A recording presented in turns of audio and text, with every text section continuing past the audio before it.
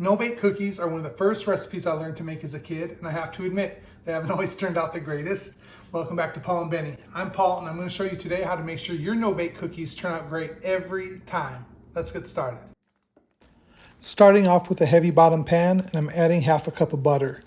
I would really use a thick bottom pan because you don't want sugar to scorch when you bring it to a boil. And I'm adding quite a bit of sugar here. It's a half cup scoop, so I've got 2 cups. And don't worry, the full recipe is in the description box below. I'm adding in my cocoa here. I do opt for the best quality cocoa I can get. I'm not a brand snob, but since these are going to taste mostly of chocolate, I want to be really good chocolate. And I'm adding some milk here. Also going to add in a big pinch of salt, which most recipes don't call for, but of course I think that makes any sweet recipe taste better. I'm setting my pan over medium heat. And you can see here, it's kind of a mess.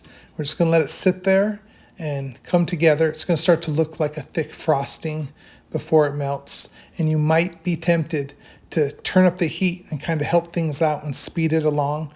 And I would encourage you not to do that. Just go ahead and let it sit there. Maybe get a stir every now and then. And look at the beautiful chocolate sauce it turns into. If you just let it sit there over medium heat, the sugar is going to dissolve. It's all going to come together.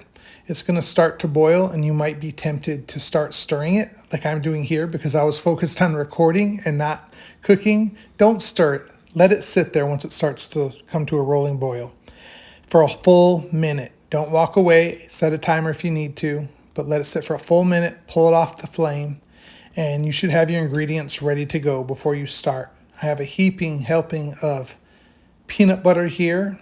I'm adding it to the pot.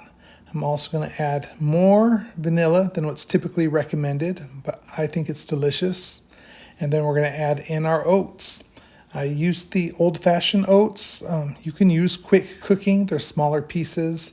I don't think it really matters unless you have a texture issue with it, but I used the oats that I had, and you just want to stir it. Look how beautiful it's already looking. Everything's getting coated with chocolate, and you want to be sure you get all the way down in the corners of the pot, scrape all the way to the bottom several times, because you don't want any pools of chocolate left over with no oats, and you want to make sure all of the oats are completely covered. And this is the great time to hit the like button if you love chocolate or you love cookies or easy desserts that you don't have to bake.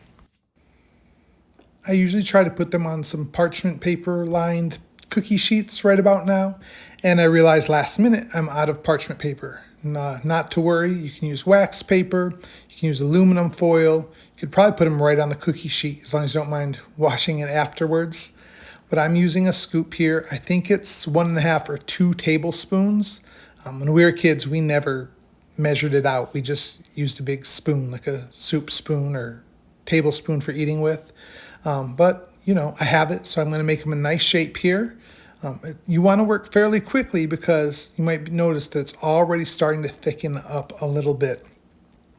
I was surprised to hear that a lot of people never had no-bake cookies. Like, it was a staple for us growing up. And I had some over the weekend at my nephew's graduation, and it just reminded me how good they were. So I knew I had to make some, especially with summer coming up. We're not going to have the oven on.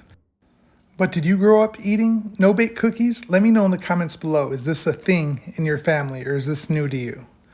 But this is a good time, since they're not really pretty cookies. If you want to put some sprinkles on it, that would be awesome. Some toasted coconut. I'm using some chopped peanuts here to amplify the peanut butter flavor. But growing up, we never had toppings on them that I remember. I just started doing it as I got older because I figured they're not really pretty for presentation. But when you're a kid, you're just happy to have cookies. And I'm a chocolate fiend, so I was happy to have chocolate probably more than cookies.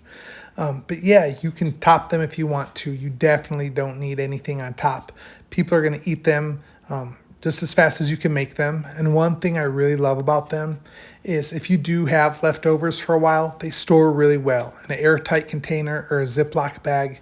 It's not like some cookies, you bake them and then the next day they're not as crisp, or at the end of the week they're a little bit stale. Like, no, these are still good. Like, it's dang near fudge. They're super good. If you haven't made them, I highly recommend.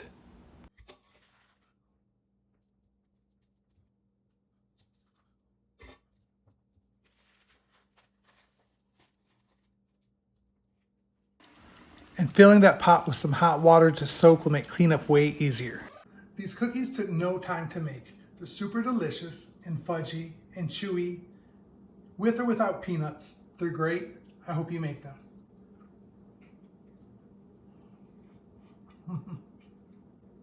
If you like chocolate, there's nothing not to like.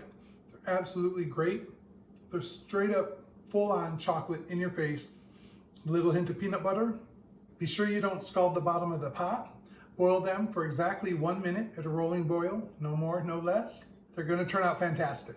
As always, we're grateful for super easy, delicious cookies. They're great for sharing, even when it's the hottest day of the year. We're grateful for you watching.